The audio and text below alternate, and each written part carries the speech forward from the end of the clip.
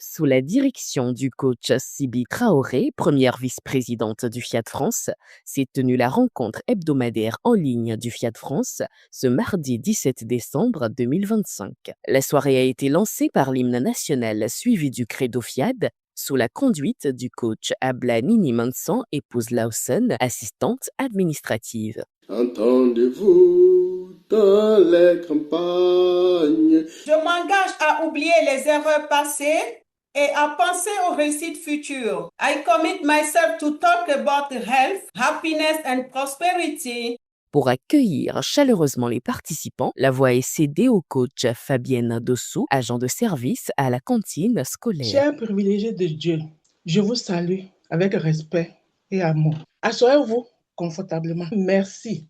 Soyez les bienvenus. Pour le compte de cette rencontre, 4 grandes exhortations se sont succédées dans le but d'édifier les uns et les autres. La première, portant sur le thème « Pourquoi le cerveau prospère mieux lorsqu'il est honoré », a été assurée par le coach Chinwe Fina Udekwe, styliste modéliste. Prenez-vous soin de votre cerveau comme d'un outil sacré ou bien comme d'un simple accessoire. Nous honorons nos téléphones, nous honorons nos agendas, nous honorons nos obligations. Mais le cerveau, cet organe qui pilote notre destinée, est souvent un grand oublié. Pourtant, ce que vous honorez prospère et le cerveau ne fait pas exception. Honorer son cerveau, c'est le reconnaître comme une ressource précieuse. C'est respecter son fonctionnement naturel. C'est lui offrir des conditions qui lui permettent de donner le meilleur sans le violenter. Honorer son cerveau, c'est lui offrir un environnement de paix. Beaucoup veulent des résultats avec des pensées dévalorisantes. Mais le cerveau ne prospère pas sous l'auto-violence mentale. Chaque fois que vous vous dites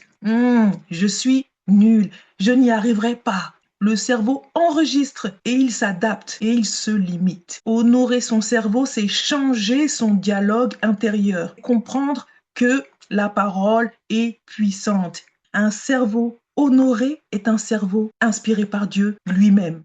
En deuxième position, c'est le coach André Biaba, ingénieur agronome, qui a abordé le thème « Le pouvoir nuisible des discours intérieurs non exprimés ». Ces discours intérieurs non exprimés sont tout simplement des pensées, des émotions, des réflexions que nous avons au fond de nous-mêmes sans les partager avec les autres. Ces discours peuvent être positifs, négatifs ou même neutres, peuvent influencer notre perception de nous-mêmes, des autres et du monde qui nous entoure.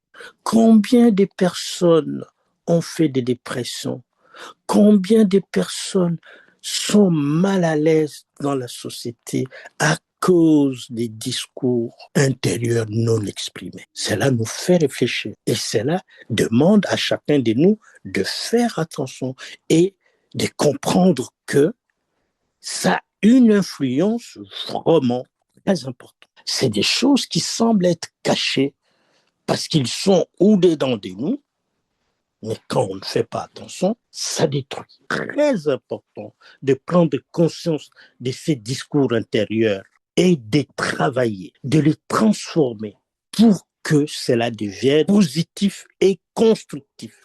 Il est suivi du coach Kojo Chinati Mpo, infirmier diplômé d'État, qui a développé le thème « La formation continue » ou le choix conscient de ne jamais cesser de grandir. Vous savez, nous vivons dans un monde qui change plus vite que jamais, à une vitesse grand V. Dans ce monde, il n'y a pas de place pour l'immobilisme. Il n'y a que 2 options, évoluer ou disparaître. La formation continue n'est donc pas un luxe, c'est une décision stratégique.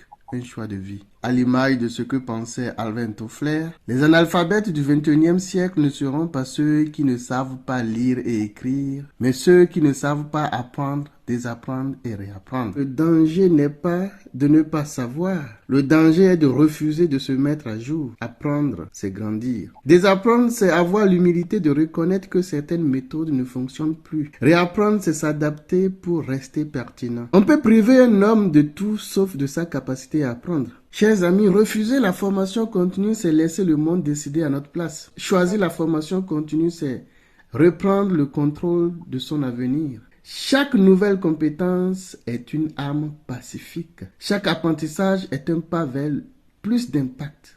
Alors aujourd'hui, Faites ce choix conscient.